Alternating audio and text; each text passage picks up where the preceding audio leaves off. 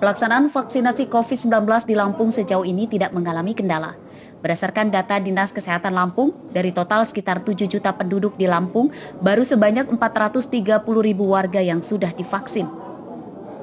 Menurut Kepala Dinas Kesehatan Lampung Reihana pada Selasa siang mengatakan, masih dibutuhkan sebanyak 11 sampai dengan 12 juta vaksin lagi untuk kebutuhan vaksinasi masyarakat di Lampung.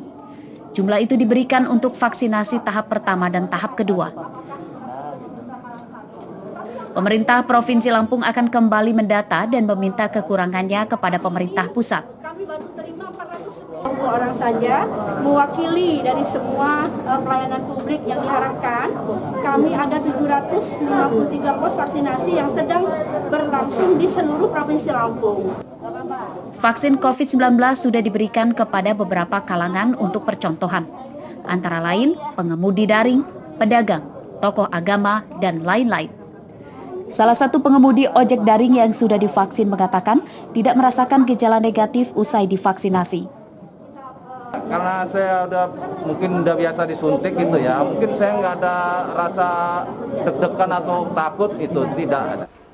Pemerintah Provinsi Lampung juga menyatakan akan mempercepat proses vaksinasi COVID-19 agar penyebaran virusnya di Lampung bisa semakin menurun. Arsadi Saputra melaporkan dari Bandar Lampung.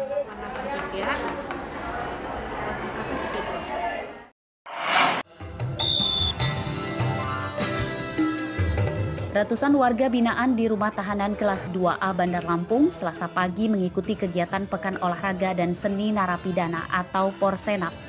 Kegiatan itu rencananya akan digelar hingga 10 April 2021 mendatang.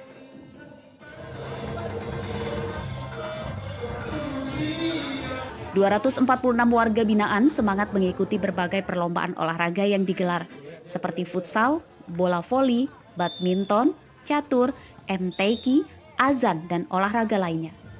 Mereka antusias mengikuti kegiatan yang bertujuan untuk lebih mempererat persaudaraan antar warga binaan. Pihak Rutan mengatakan kegiatan itu rutin dilakukan setahun sekali.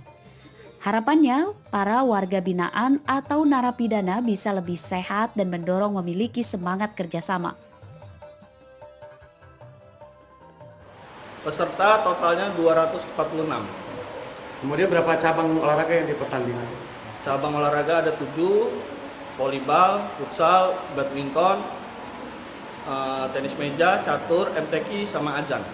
Harapannya supaya warga binaan tetap selalu sehat dan berprestasi. Sangat menunjang kreativitas, pertama. Yang kedua, melihat potensi para narapidana, melihat adanya Porsenap, jadi kelihatan mana yang memang sangat mendukung, apa yang enggak, jadi bisa diseleksi lagi nanti. Kurang lebih seperti itu sih.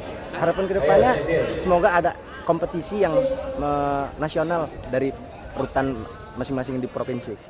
Kegiatan ini sekaligus untuk mencari bibit atlet olahraga dan seni. Jika ada yang berbakat dalam segi olahraga maupun seni, pihak rutan pun akan menginformasikan data warga binaan ke instansi terkait. Arsadi Saputra melaporkan dari Bandar Lampung.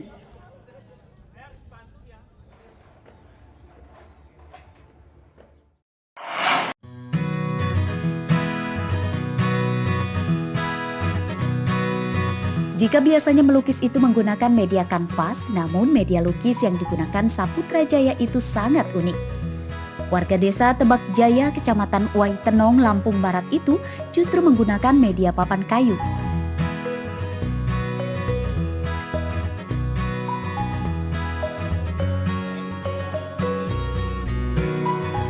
Setiap hari di rumahnya yang sederhana, Saputra melukis sendiri semua pesanan lukisan yang didapatnya. Ia tidak menggunakan kuas dan tinta, namun sebagai penggantinya menggunakan alat solder listrik yang sudah dimodifikasi.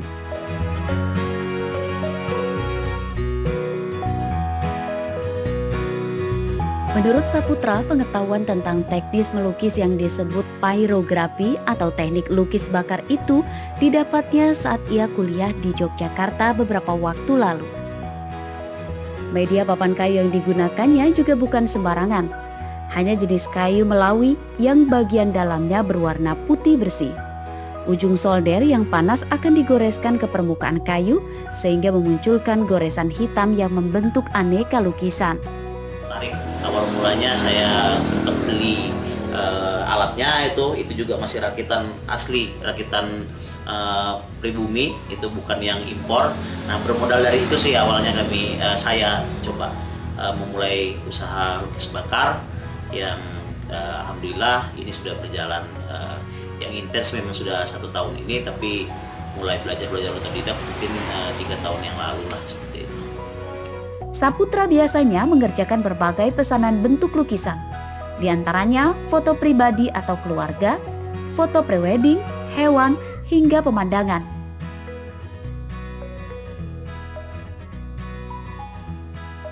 Satu lukisannya dihargai antara Rp200.000 atau lebih tergantung kerumitannya. Satu karyanya bisa menghabiskan waktu 2-5 jam.